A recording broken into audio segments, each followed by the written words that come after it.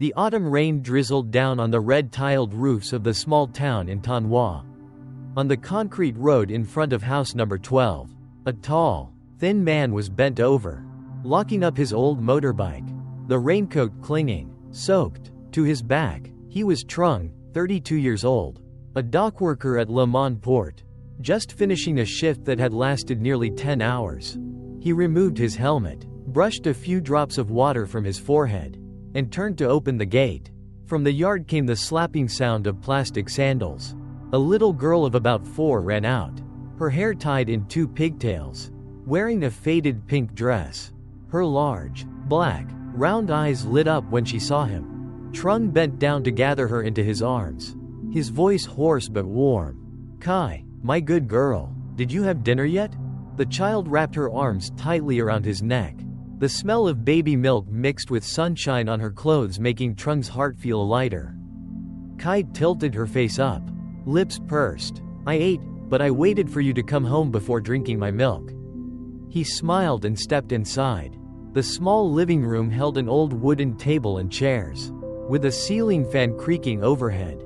Against the wall was a shelf with a few cloth dolls, among them a porcelain doll in a white dress, its delicate face framed by eyes that seemed to stare at whoever looked at it. Trung set Kai down on the chair and went to the kitchen for milk. As he poured, he asked slowly, "Did you play with Grandma too next door today?" Kai shook her head, holding the cup with both hands. "Grandma too doesn't like me. She said I made her fall." Trung frowned, his hand pausing. "What do you mean? How could you make her fall?" Kai put the cup down, her face innocent. "I didn't do anything. Mommy did." Trung froze. "Mommy?" The word caught in his throat. Kai was a child he had adopted less than a year ago. Her real parents unknown. The adoption papers, arranged through an acquaintance at the orphanage, stated that her mother had died in an accident. He had never told Kai anything about this. He knelt down to look at her. "Kai, who do you mean by mommy?" Kai raised a tiny finger toward the corner of the room, where the porcelain doll sat on the shelf. "Mommy always stands there, watching me sleep." A gust of wind blew in from the window, the old curtain lifting and falling with a rustling sound. Trung shivered slightly. He told himself it was just a child's imagination.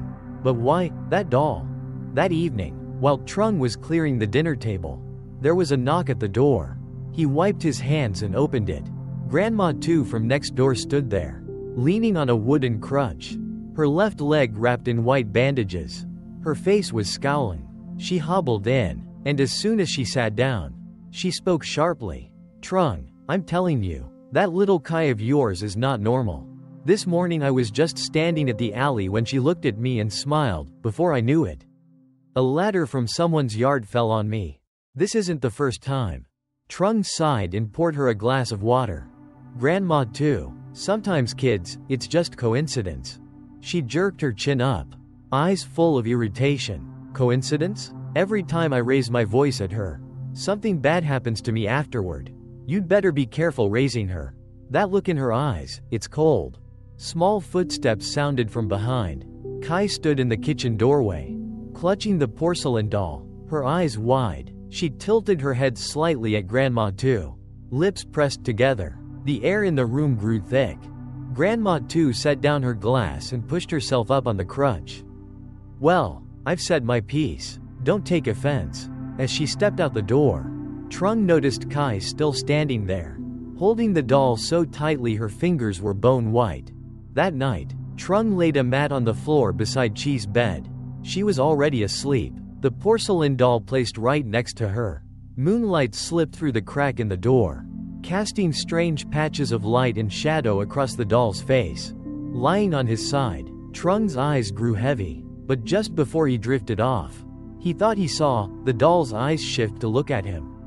Outside, the sound of dogs barking erupted, sharp and unrelenting, ripping through the night. The barking outside the yard went on for nearly 10 minutes before it finally faded. Trung bolted upright, sweat beading at his temples.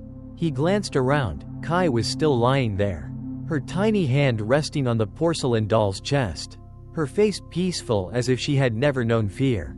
He exhaled softly, thinking maybe he was just haunted by that "Mommy," remark from earlier in the day. Reaching over, he pulled the blanket up over the girl.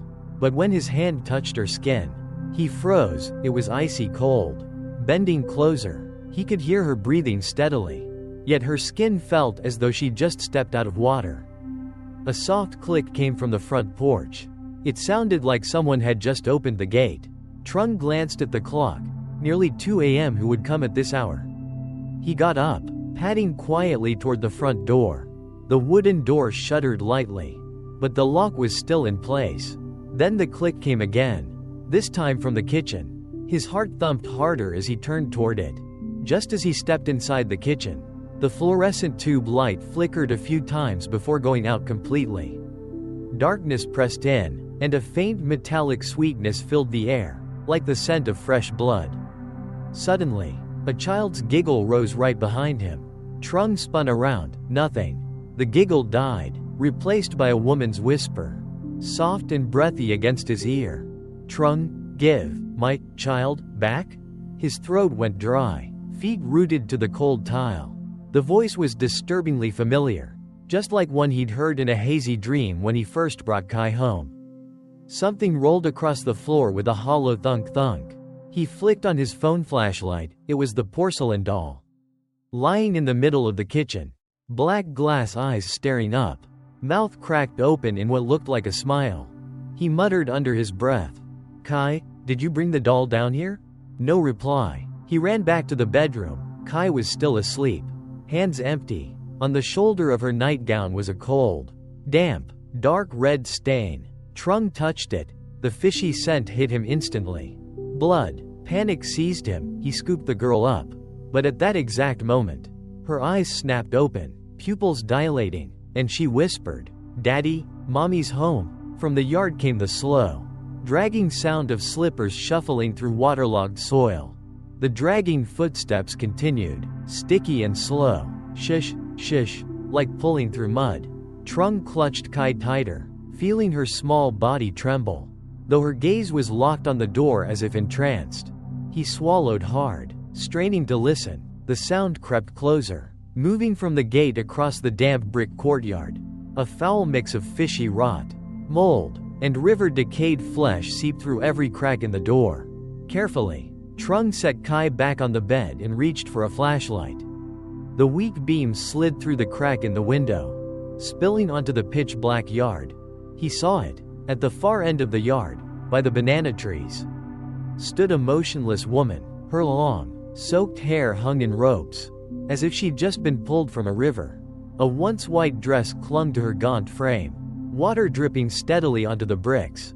Her head tilted slowly to one side, revealing a deathly pale face, eyes rolled back to pure white, and a mouth torn wide to the ears, exposing jagged, yellowed teeth. From her lips oozed murky water tangled with strands of river weed. A rasping voice broke the stillness. Each word dragged like it hurt to speak. "Trung, my child?" Trung stumbled backward, heart pounding, every muscle locked. He turned to Kai. The girl sat upright on the bed, eyes wide, wearing a hollow smile. "Mommy?" Kai called, soft but clear. The moment the word left her lips, the woman moved, stepping slowly toward the house. The shish, shish of wet slippers grew unbearably close. Frantic, Trung slammed the door shut and threw the bolt. But when he turned around, his blood ran cold. The bedroom window was wide open, and through it, a deathly white, ice-cold, waterlogged hand was groping its way toward Kai. The girl showed no fear. She even leaned toward it.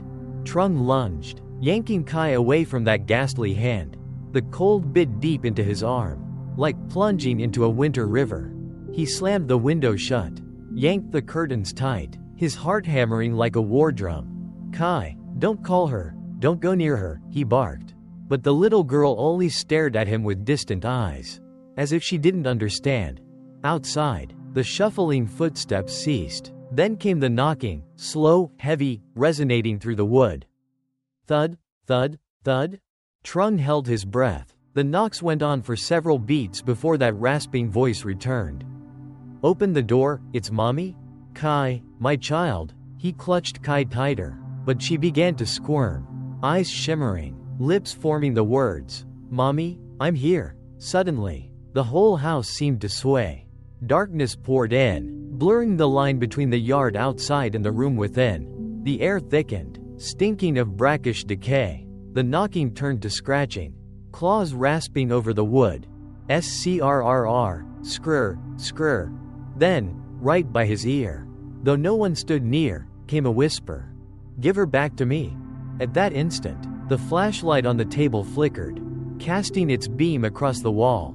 Trung froze. On the damp, mottled plaster was the shadow of a woman, long hair veiling her face, cradling something small in her arms, something shaped exactly like Kai asleep.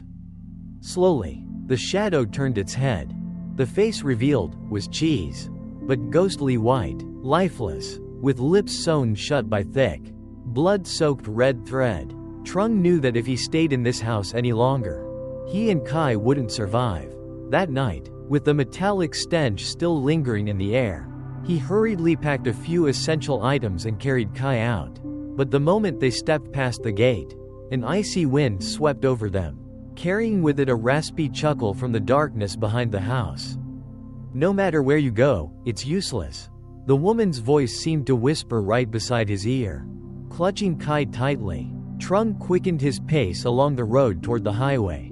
But Kai kept turning her head, eyes fixed on empty space. After a while, she spoke words that made his blood run cold. "Daddy, Mommy is following us." He didn't answer, but then he saw it, at the end of the dirt path. Near the edge of the acacia forest, stood a figure, long hair, tattered white clothes, and in her arms, she clutched a filthy porcelain doll. Trung swallowed hard, intending to cross the road to avoid her, but Kai began to squirm. "There's Mommy, she's found me." Suddenly, a strong gust blew the hood from the figure's head, revealing a face with no eyes, just two hollow, black sockets, yet he could still feel her gaze boring into him. Without thinking, he ran straight toward the old village cemetery, where Old Man Kwong, the caretaker, lived. Upon arrival, he poured out the whole story, hoping the old man might know something. Old Man Kwong listened in silence for a long time before speaking quietly. "If I'm not mistaken, you're raising the child of someone who died unjustly." Trung froze, his voice trembling. "What do you mean?" The old man sighed, pointing toward the distant fields. "She died 4 years ago. Died with her baby girl still in her arms. They say, as she died, she swore she'd find her child again, whether in the living world or the underworld." At that moment, Kai tilted her head up at Trung, smiling, but it was not the smile of a child. Old Man Kwong didn't want to take Trung there, but the mixture of terror and determination in Trung's eyes made him sigh in defeat. "Fine, we'll go, but remember, no matter what you see, do not call her name." That night, the sky was overcast, the moon swallowed by black clouds. Old Man Kwong carried an oil lamp, leading Trung and Kai through the old cemetery. Rows of moss-covered graves stretched endlessly, wind whistling through cracked headstones like mournful cries. Finally, they stopped at a grave hidden away in a corner. Isolated from the rest, the headstone leaned to one side, the inscriptions worn nearly away by time. Only a few words remained. "Nguyen Th. died 2021, and" etched near the bottom, "A mother will always find her child." Trung felt his chest tighten.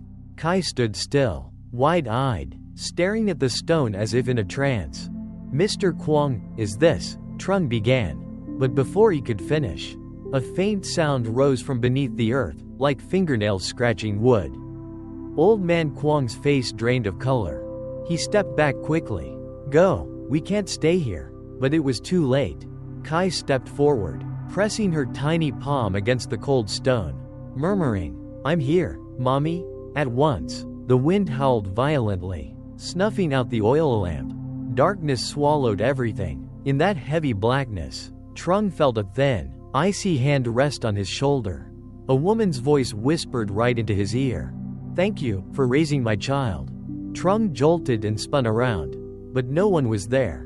Only Kai, and now, half her face looked like hers, while the other half belonged to an adult woman, her eyes deep and hollow like an abyss. Old man Kwong yanked Trung away, dragging him into the night. But behind them, the scratching and the sound of a child crying followed, clinging to them like a curse. After that night at the grave, Trung couldn't sleep. He kept telling himself it was all just his mind playing tricks on him. Darkness and fear feeding hallucinations. But every time he looked at Kai, that creeping dread returned. The next morning, while Trung was cooking porridge, he heard footsteps from the bedroom. "Kai, you're up? Come eat breakfast," he called. The girl walked out, but her steps were slow, posture rigid, nothing like the lively 4-year-old she was. She sat down at the table, stared straight at Trung, and suddenly spoke in a low, hoarse, deliberate voice. "You cooked this dish, just like when I was alive." Trung nearly dropped the ladle. He swallowed hard. "What did you just say?" Kai smiled, but it was a cold, bone-chilling smile. "I said it's delicious." Forcing a nervous laugh, he set the bowl in front of her. She ate each spoonful slowly, eyes never leaving his face. That gaze wasn't a child's, it was a grown woman's, laced with pity and reproach. In the days that followed, things only worsened. Kai began speaking of things a child couldn't possibly know. Stories of a mother who lost her child. Names of villagers Trung had never mentioned. Once, he overheard her whispering in her room, "Don't worry, Mommy will get you back, soon." On the 4th night after returning from the grave, Trung woke to the sound of someone singing a lullaby. The voice wasn't his, nor anyone he knew. He crept to Chi's bedroom door. Moonlight spilled through the window, revealing the sight, Kai sleeping soundly. And at the edge of the bed, a long-haired woman in a tattered white dress, her hand resting gently on the girl's forehead. The woman lifted her face to meet his gaze. Her eyes were sunken, glowing red. Her voice was soft, yet filled with finality. "You've cared for her well, now, give her back to me." Trung couldn't scream, couldn't move. He only watched as the pale figure leaned down to kiss Chi's forehead. In that instant, the light in the room went out. When it came back, only Kai remained on the bed, but the corners of her lips curled upward, as if she were smiling. From the next morning on, Trung began hearing strange sounds, even when he was outside in broad daylight. At first, it was only faint sighs, but gradually, the whispers became words, clearer, sharper. "You stole my child? You can't love her the way I do. Give her back, before it's too late."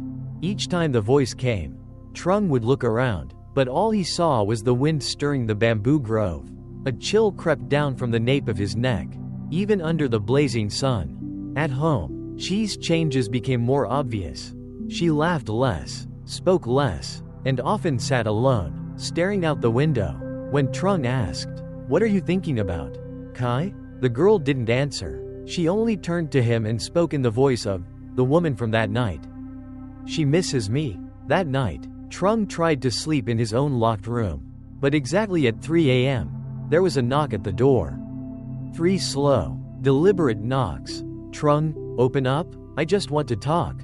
He gritted his teeth, refusing to answer, but the knocking turned into scratching, long, slow drags across the wood. Suddenly, Chi's voice came from outside. "Daddy, open the door for Mommy?"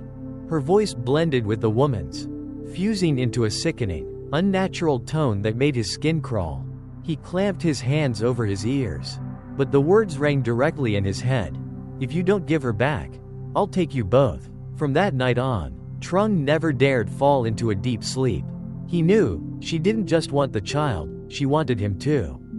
That afternoon, while Trung was hanging laundry in the yard, Mrs. Hua, the neighbor next door, stopped by with a bundle of freshly dug, boiled sweet potatoes. "Haven't seen you out much lately. Everything all right with work?" she asked, a probing look in her eyes. Trung forced a smile. "Yes, I'm fine, just busy taking care of the little one." But when Mrs. Hua glanced toward his porch, she froze, her brows knit together as she pointed. Who else is in your house?" Trung turned. The door was only half closed, and inside stood Kai, and right behind her, pressed close to her shoulder, was a long-haired woman with her face hidden beneath a curtain of hair. Dressed in wrinkled, white clothes, Both hands rested firmly on Chi's shoulders. Trung's heart lurched. He rushed inside and flipped on the light, only to find Kai standing alone. Clutching the porcelain doll, her eyes vacant, Mrs. Wall lingered at the doorway. Her face pale. You'd better be careful, something's not right here. From that day, the neighbors began avoiding Trung's house. People whispered about seeing a strange woman standing at the window at night, or lurking behind the house. Rumors spread quickly, and visitors stopped coming. Kai, meanwhile, became more attached to the doll than ever. She refused to eat unless it was beside her, refused to sleep unless it was between her and Trung. One night, as Trung gently tried to pry the doll from her arms, Kai suddenly shot upright and screamed in a hoarse voice, "Don't you dare touch my child." That voice wasn't a child's. Trung stood frozen. The porcelain doll tilted its head toward him slightly, as if smiling. That night, for the first time, Trung realized, even daylight no longer guaranteed his safety. The next afternoon, Trung sought out a well-known exorcist on the outskirts of town, Master Khan, a man famed for banishing spirits from many terrifying cases. After hearing Trung's story, the old man was silent for a long while before finally speaking. "What you've encountered is no ordinary ghost. It's the vengeful spirit of a mother who died unjustly. And it's already found a vessel. Keeping it in your home is like pouring oil on a fire." Trung clenched his fists. "Please, help me. I can't lose the girl." Master Khan agreed, but warned that the ritual must be performed that very night. If we wait, it will only grow stronger. When night fell, the air inside Trung's home felt drained of all sound.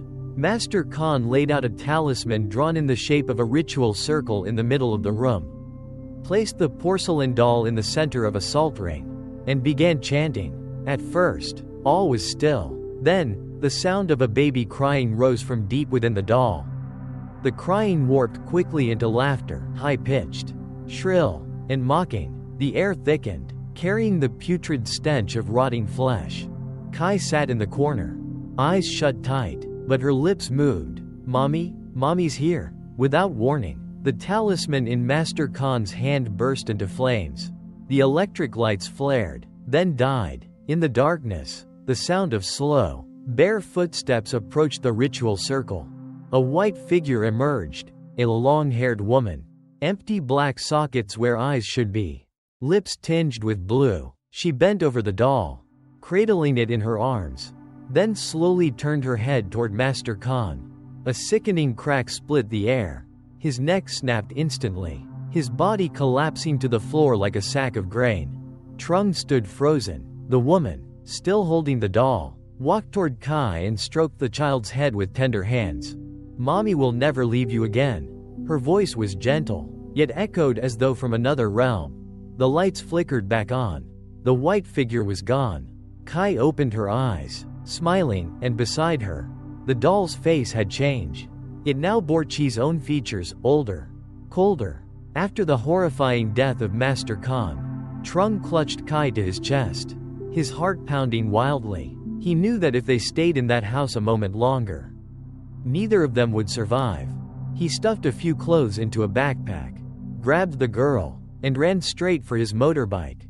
Outside, thick fog blanketed the road, wind howling through the bamboo groves.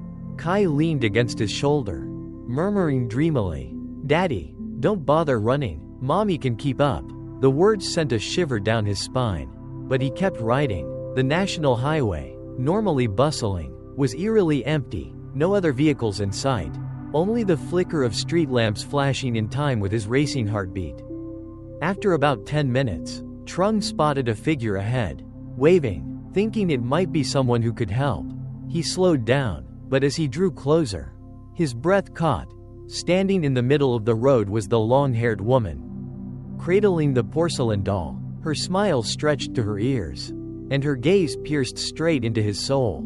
Panicking, he swerved down a side road, but strangely, the turn brought him right back to the same stretch of road.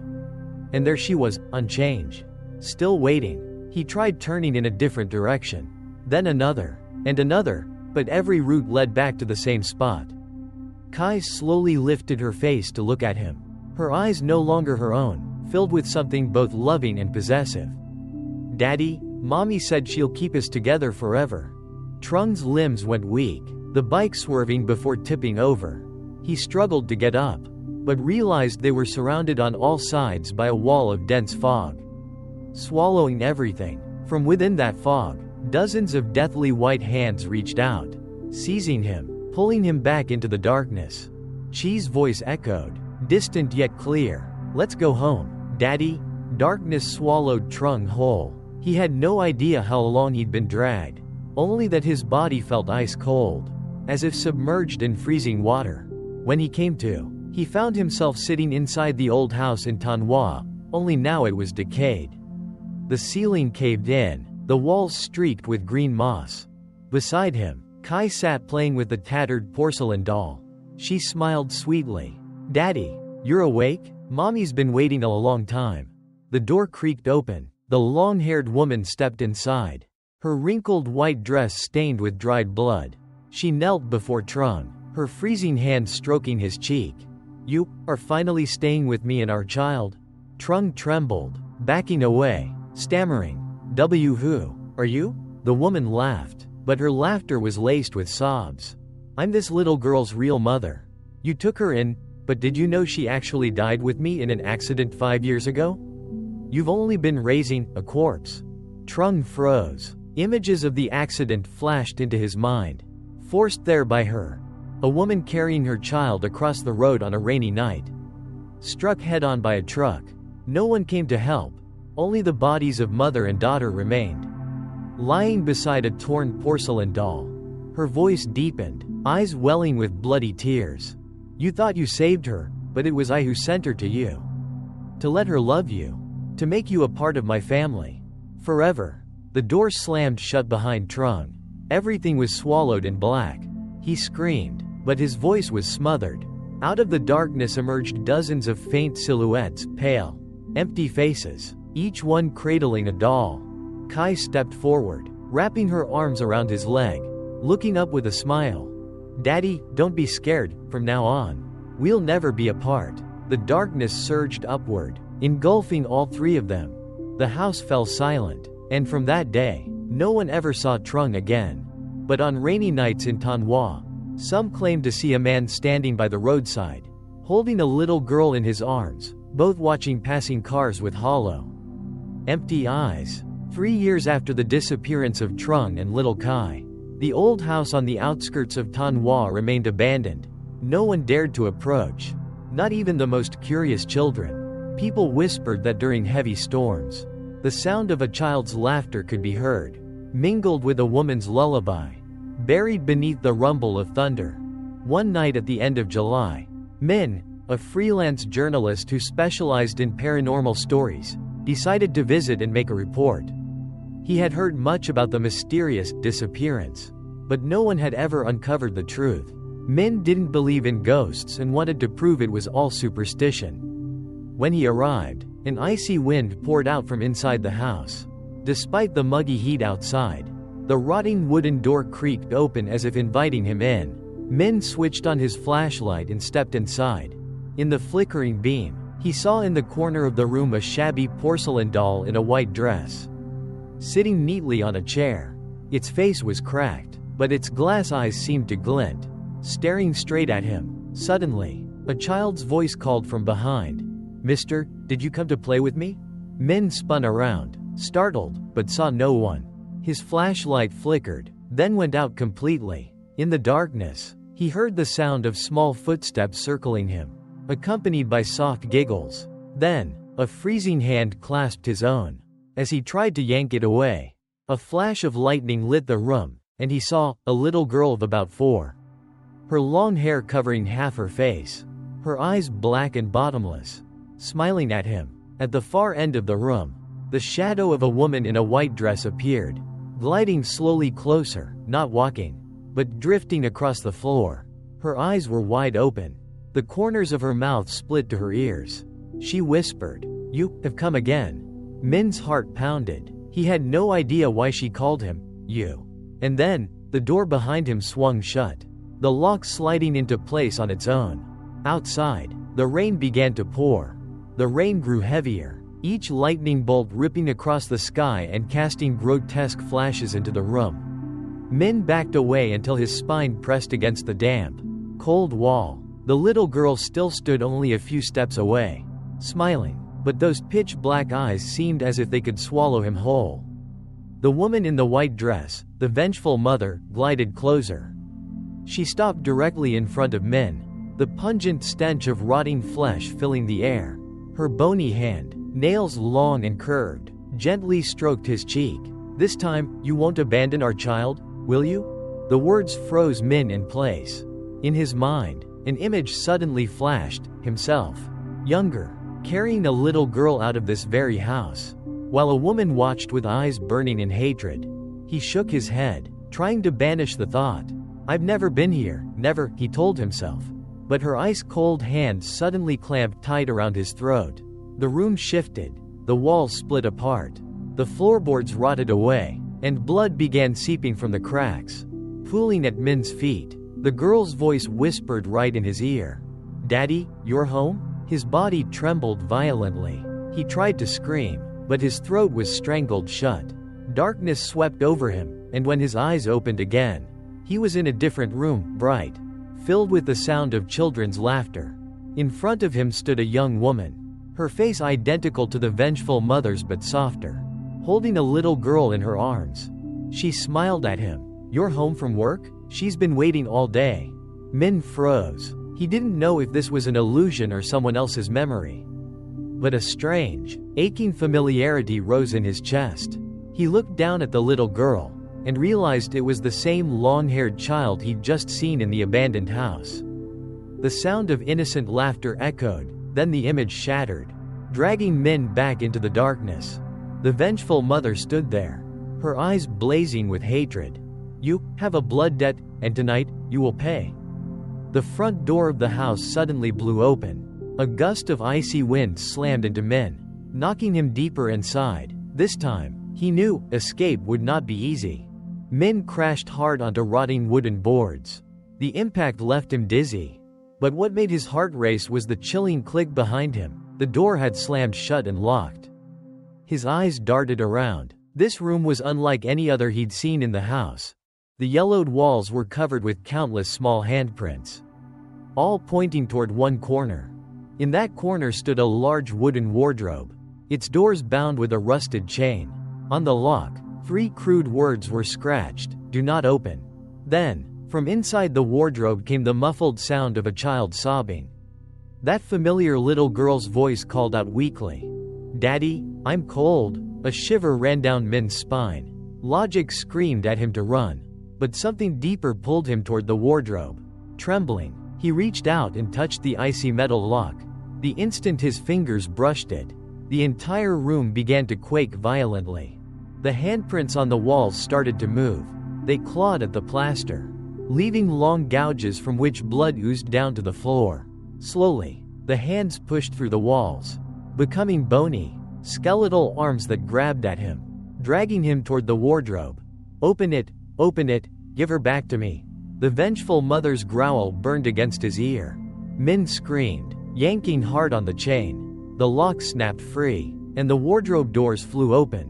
Inside, there was no child, only a rotting wooden crib, covered in torn talismans. In its center sat a rag doll, half its face ripped away. In that moment, Min realized the remaining half of the doll's face was identical to the little girl's. The lights went out. Only the sound of a child's shrill laughter remained, mingled with a whisper, "Daddy, now I'll stay with you forever."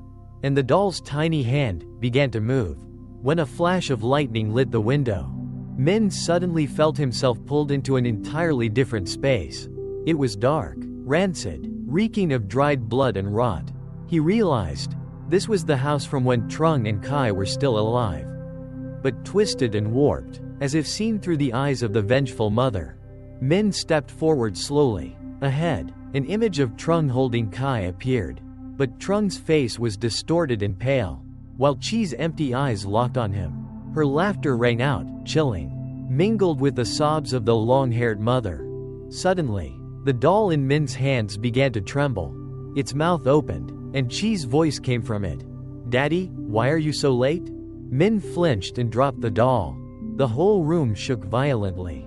The vengeful mother appeared, her eyes blazing red, screaming, "You have come to repay your debt? You will suffer as I have suffered." In that instant, Min saw the truth. This mother had been killed by a truck along with her daughter. But her vengeful spirit had entered the doll, claiming any child she wanted to take back. Everyone she called to her became trapped in a cycle of endless torment. Unable to escape her control, wind howled through the broken windows. Blood spattered upward from the floor, and the doll's hands shot out, wrapping around Min's neck. He felt himself being dragged downward, as if falling into an endless abyss. "No, it's not me. I've never done anything," Min screamed. But the vengeful mother's voice echoed inside his head. "You cannot escape, everyone must pay?" Kai appeared, but now her face was a fusion of her own and the doll's, deep, dark eyes fixed on Min, haunting him. She reached out her hand, whispering softly, "Daddy, now we'll be together forever." Min's body went numb, his form dissolving piece by piece into the darkness. He knew he would never return to the real world. Min felt himself melting into the shadows. The space around him shrank, then stretched into an endless, hollow void. Chi's laughter, half child, half doll, echoed in every direction. Min saw the images of those who had dared enter this house before. All stood in a dense mist. Eyes vacant, clutching dolls, hollow replicas of themselves. The long-haired woman, the vengeful mother, appeared on all sides, her whisper filling Min's head. "Everyone must pay. Everyone must stay. Everyone must hear my daughter's cries." The horrifying truth struck him. Every soul she called to her was trapped in an infinite loop of torment. This place was her own realm, where no one could escape, and every fear and pain was reborn again and again. Kai, now completely fused with the doll, stepped forward, her cold, empty eyes meeting his. "Daddy, we will never be apart, and no one will ever leave this place." Min wanted to scream, to fight back, but his body no longer belonged to him. Every shred of pain, fear, and despair was magnified 100-fold. The laughter of other trapped souls merged with the child's crying, forming a horrifying chorus that pulled him deeper into the nightmare. The vengeful mother stood in the center, arms outstretched, drawing every soul toward her. Her whisper rolled over them, slow and steady. "You thought you could save anyone? They are all mine, forever." Min realized there was no door leading out. Even his memories of the real world began to fade, replaced entirely by the endless nightmare.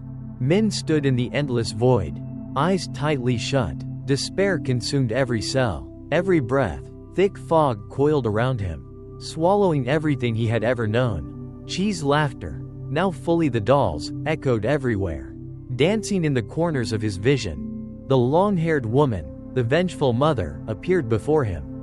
She stood motionless, eyes black and bottomless, arms cradling the doll as though holding Min's very soul within it.